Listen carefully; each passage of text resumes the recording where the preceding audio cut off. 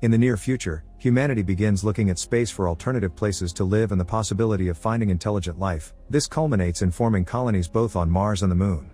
Major Roy works as an astronaut, which has been his dream since he was a little kid, and is currently taking a psych evaluation before accepting his next mission. He assures the doctors that he's fine, and he keeps up an excellent poker face, but he can't stop thinking about the fact his wife Eve has left him because his work takes up most of his time. Today's mission consists of fixing a robotic arm at one of Earth's many space antennas. Roy climbs an extremely high ladder without any trace of fear, but things quickly get nasty when a strange light begins blinking. Suddenly a power surge causes part of the antenna to explode and many astronauts begin falling to their deaths. Roy immediately goes looking for the power lever and shuts it down, but another explosion hits him and he falls as well. Surprisingly, he stays very calm, and when he's close enough to Earth, he releases his parachute, which allows him to land safely. Later at home, Roy thinks he should be feeling something after such an unlikely survival, but he only keeps remembering Eve telling him he has a self-destructive side. He also watches the news and learns that electrical storms have been wreaking havoc across the globe. Sometime later, the higher-ups from Spacecom call Roy for a top-secret meeting because they're very impressed by his ability to keep calm in the worst situations, plus the fact he has no family to hold him back. They show him spectrogram images of Neptune full of cosmic ray bursts, which are causing the electrical surges. The Lima project is brought up, a name Roy's familiar with because the commander behind that mission had been his father Clifford. It was the first manned expedition to the outer solar system, which began 29 years ago, but 16 years into the mission the ship disappeared and all data was lost. Deep space missions were halted after that. As far as they know, the crew was dead, however the power surges make them think Clifford may still be alive.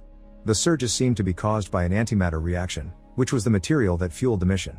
This may cause a potentially unstoppable chain reaction that could threaten the stability of the entire solar system and destroy all life in it. Spacecom wants Roy to travel to Mars and send a message to Clifford. Perhaps hearing his son's voice will finally make him send a sign back. Still keeping a poker face while hearing about his dad, Roy accepts the mission, although he knows he has no choice and they're just using him. Afterward, Roy begins getting ready for the trip and decides to watch the last video his father ever sent him, which was recorded right before he reached Neptune.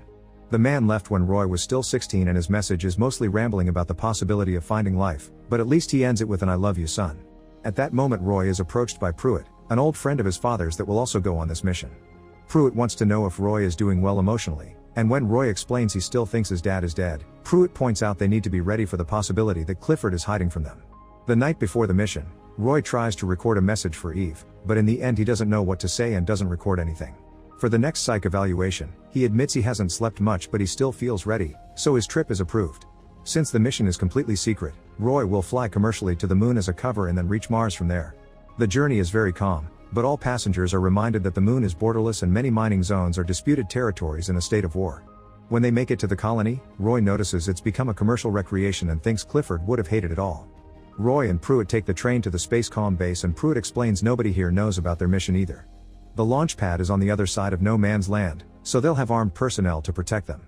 Roy wonders what was the last time Pruitt talked to his dad, and Pruitt confesses it had been a fight. Since Pruitt had thought of retiring, Clifford called him a traitor. Pruitt wonders if Roy is worried, but Roy admits he isn't. He thinks his dad is a hero and is disgusted by how Spacecom wants to paint him as the villain. At the base, Pruitt and Roy are assigned to rovers and they leave surrounded by soldiers. However, when they reach an open area, they're soon ambushed by pirates, who open fire on them. The two escorting rovers immediately go down, and Roy's suit gets punctured, but fortunately he manages to quickly fix it. The driver of his rover is shot too, and Roy pushes the body off to take over, driving among some of the base's structures to make some pirates crash. Then Roy tries to shoot at the remaining pirates, but they hit his rover with theirs and cause him to fall into a crater. Roy pretends he's lost control of the vehicle, and once the pirates are gone, he begins driving again, getting to escape through the darkness.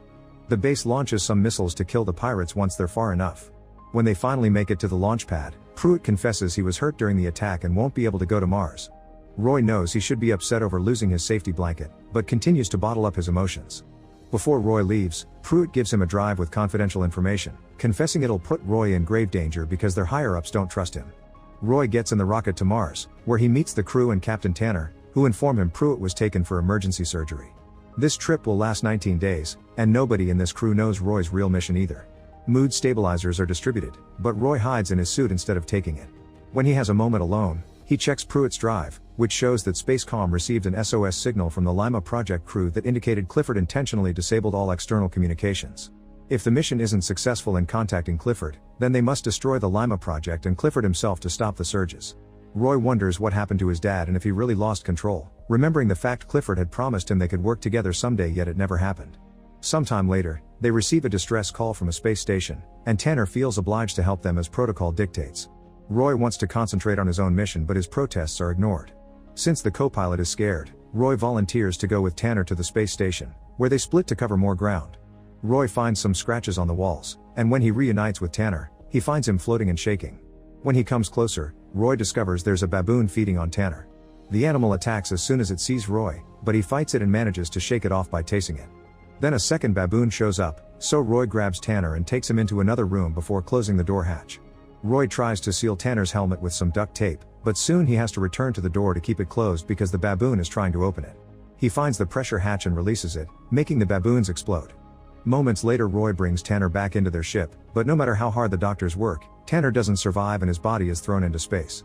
Later, while everyone's sleeping, Roy takes another psych evaluation and explains Tanner died without showing any emotions. When the computer voice asks him for details, Roy confesses he recognizes the baboon's rage as his own. He's always had rage in him because his dad left. However, if he looks under the rage, all he finds is hurt, which is keeping him away from relationships. The co-pilot takes over captain duties and Roy becomes the co-pilot in his place. When they finally approach Mars, they're hit by a power surge and the ship needs to be landed manually instead of using the auto landing sequence. The pilot is too scared to react, so Roy takes over the controls and lands the ship himself, promising his partner he won't report him to Space-Com. The crew makes it to the Ursa research station, where Roy meets director Helen.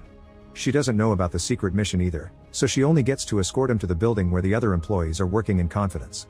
Roy is given a very cold pre-written message to read, promising Clifford they're here to help and that they need any data he may have. Unfortunately, they don't get any replies and the technicians decide to try again later. Roy spends some time in the comfort room, where he tries to decide if he hopes to find his dad or wants to be free from him. When the time comes to send another message, Roy drops the script they gave him and begins talking from the heart. He mentions childhood memories and the fact he's become an astronaut too, expressing his wish to see his father again. Roy waits to see what happens and notices the technicians getting excited around the comms, meaning they got an answer. However, when Roy asks to hear the message, the higher-ups don't give him access to it and announce he'll be sent back to Earth because his personal connection makes him unfit for the mission. On his way out, Roy notices a crew is getting ready to travel, but they ignore his questions. Before going to Earth, they put Roy through another psych evaluation, but his desperation and anger finally make him crack and mess with his biorhythms, thus he's sent back to the comfort room for the time being. Sometime later, Helen visits Roy to get some answers. At first, Roy tries to keep the secret, but Helen changes his mind by explaining she was born here on Mars and that her parents died in the Lima project. The higher-ups made her prepare a rocket with nuclear munitions, which will be leaving for Neptune soon, and she wants to know why. Roy tells her the little he knows, and Helen responds by sharing a video they received some time ago. It turns out Clifford is indeed alive, and screams can be heard behind him in the recording. Clifford explains his crew started to boycott the mission because they wanted to go home, so he had no choice but to kill them all. Space-Com made Clifford a hero in the public eye to cover it all. Roy wants to confront his father, thus Helen sneaks him out of the base in a rover and drops him by a sewer entrance so he can gain access to the rocket in secret. After a few minutes spent under dirty water, Roy reaches the launch pad and manages to climb into the rocket right before it takes off. The crew immediately detects his presence and Roy tries to explain he isn't a threat, but the base sends orders for him to be neutralized. 2 astronauts go after him, but at that moment the rocket gains speed and the force sends one of the astronauts flying against the wall, killing her. The second astronaut fights Roy and the captain tries to shoot him, but he fails and hits the oxygen tanks instead. The air begins to get poisonous and Roy tries to help the captain by putting a mask on him, but it's too late, both astronauts are dead. The bodies are thrown out of the rocket and Roy sends one last message to the base, confirming he'll finish the mission before he turns off all comms. The trip will last 79 days, which Roy will have to spend alone with his guilt. He connects a feeding tube directly to his stomach and electrodes on his body to stimulate his muscles. Roy tries to keep himself busy by thinking of Eve and his dad. However, he makes the mistake of watching Eve's last message when she confessed she felt like she didn't know him because he was always away. He also watches videos of the time his dad was still sane and hopeful. All these clips make his mood tank, and Roy keeps dreaming of his childhood, his mother, his dad, and Eve. Roy used to wish he could be alone, but the loneliness on the ship is breaking his sanity as well, and he realizes how many people he's let down all these years and how selfish he's been. By the time he finally approaches Neptune, Roy is on the edge of losing it, but he manages to put himself together for the mission. He takes a shuttle to fly to the Lima station, but suddenly he gets hit by another power surge and the shuttle begins failing. Roy tries to dock to no avail, and trying to contact his father gets him no answers. He has no choice but to leave the pod and spacewalk into the Lima station. Inside, Roy finds the crew's bodies floating around and an old music video playing on a screen. He also finds his dad's room, where he can see all the signs of obsession with finding life in space. Roy goes further inside and begins programming the explosive when Clifford finally finds him, and while Roy keeps his poker face, the sadness is still clear in his eyes. Clifford explains he's been trying to stop the surge, which was caused by the crew's boycott. The captain must go down with the ship, and Clifford considers this his home. He has no interest in returning to Earth, and he admits never caring about his family. Roy tells him he still loves him and reaches out to grab his hands, which Clifford accepts after some hesitation. While Roy helps his dad get into his suit, Clifford says he's proud of his son for traveling all the way here and wonders if they could have made a better team, because his crew checked the data and when they found no signs of life, they immediately gave up. Roy points out this isn't a failure because now they know they are all they got. They activate the bomb to explode in 3 hours and leave the station, but as soon as they make it outside, Clifford tries to throw himself into space. Roy holds onto their anchoring rope to keep him close, but Clifford begs for freedom and Roy decides to grant him this last wish. The rope is unhooked and as Clifford floats away into the abyss, Roy finally allows himself to have a breakdown. He floats for a while, wondering if he should give up too, but then he realizes he still has one more chance. Using his suit's propellers, Roy returns to the Lima station and removes a panel door, which he uses to protect himself from the asteroids in order to cross Neptune's rings. As he makes his way back to the rocket, Roy remembers the last words his father told him while he downloaded the research data. Clifford said that by obsessing so much on finding life, he ignored all the beauty on the planet's surfaces. Roy hits the side of the rocket, and after rolling around for a bit, he manages to hold onto the railing and get back inside. He doesn't have enough fuel left, so he waits for Lima to explode and uses the shock wave to propel the rocket.